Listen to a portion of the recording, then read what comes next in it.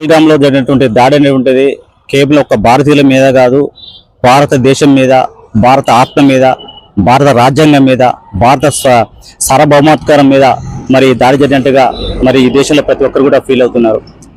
గత కొన్ని సంవత్సరాలుగా చూసినట్టయితే జమ్మూ అండ్ కాశ్మీర్ లోపల సాధారణ పరిస్థితులు నెలకొన్నాయని చెప్పేసి అటు కేంద్ర ప్రభుత్వం కావచ్చు, రాష్ట్ర ప్రభుత్వం కావచ్చు చెప్తున్న ఈ తరుణం లోపల ఇలాంటి దాడి జరిగినటువంటి చాలా హేమైన చర్య, చాలా బాధాకరమైన విషయం.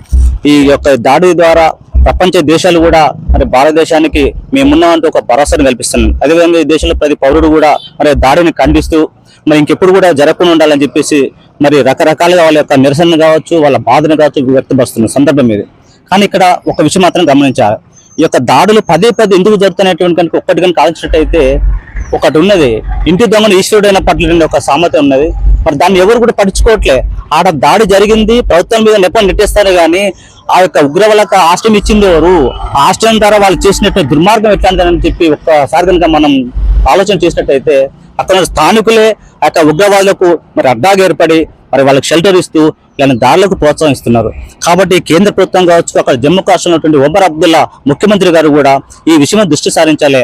అక్కడ యువత పెడదోరలు పోకుండా అక్కడ యువతకి ఏం కావాలి, పని కావాలి, వారి క్రమశిక్షణ కావాలి, వాళ్ళు దేశం కోసం పనిచేసే విధంగా వాళ్ళని ముందుకు తీసుకుపోవాలి. ఇలాంటి అతివాదులు ఎవరైతే ఉన్నారో వాళ్ళని గుర్తించి మరి చర్యలు తీసుకోవాల్సిన అవసరం అని చెప్పేసి ఇలా మానుకోట నుండి మరి మేము అందరూ కూడా డిమాండ్ చేస్తున్నాం. ఒక నేనే కాదు, ఈ దేశంలో ప్రతి పౌరుడు కూడా దాడులు జరగకూడదు అని కోరుకున్నాడు. అన్నిటికంటే ముఖ్యంగా ఈ యొక్క దాడులు చేసే ఉగ్రవాదులు ఎవరైతే ఉన్నారో వాళ్ళు ఇవాళ ఒక ఉగ్రవాద సంస్థ ఉన్నదంటే వాళ్ళు ఏంటంటే ఒక సంఘటన జరిపి వాళ్ళ యొక్క పేరు ప్రఖ్యాతులు అంటే మమ్మల్ని మర్చిపోకుండా కోసం వాళ్ళు మేము ఇంకా ముందు కొనసాగిస్తామని చెప్పడంలో భాగంగా ఈ దాడి చేసిండ్రు. ఈ దాడి ఏంటంటే అమెరికా ఉపాధ్యక్షులు జేడీ వ్యాన్స్ వచ్చిన సమయంలో జరిగింది. అంటే ఇక్కడ గమనించాల్సిన విషయం ఒకటి ఉన్నది. అది బిల్ క్లింటన్ గారు 2000 సంవత్సరంలో మన ఇండియా పర్యటనకు వచ్చారు. ఆ పర్యటనలో కూడా మరి ఇక్కడ బాంబు దాడులు జరిపి వాళ్ళ ఉనికిని చారుకునే విధంగా ప్రయత్నం చేసిండ్రు. ఆ ఉనికిలో భాగంగా జేడీ వ్యాన్స్ కూడా వచ్చేసిండ్రు. మరి కాశ్మీర్లో సాధారణ పరిస్థితులు ఏర్పడుతున్నాయి, మా ఉనికిని కోల్పోతానంటే ఒకే ఒక అక్కస్ తోటి, అదేవిధంగా పాకిస్తాన్ ప్రోద్బలంతో, స్థానికుల ఒక సమాచారం వాళ్ళ యొక్క సహాయంతో ఈ దాడి జరిగింది.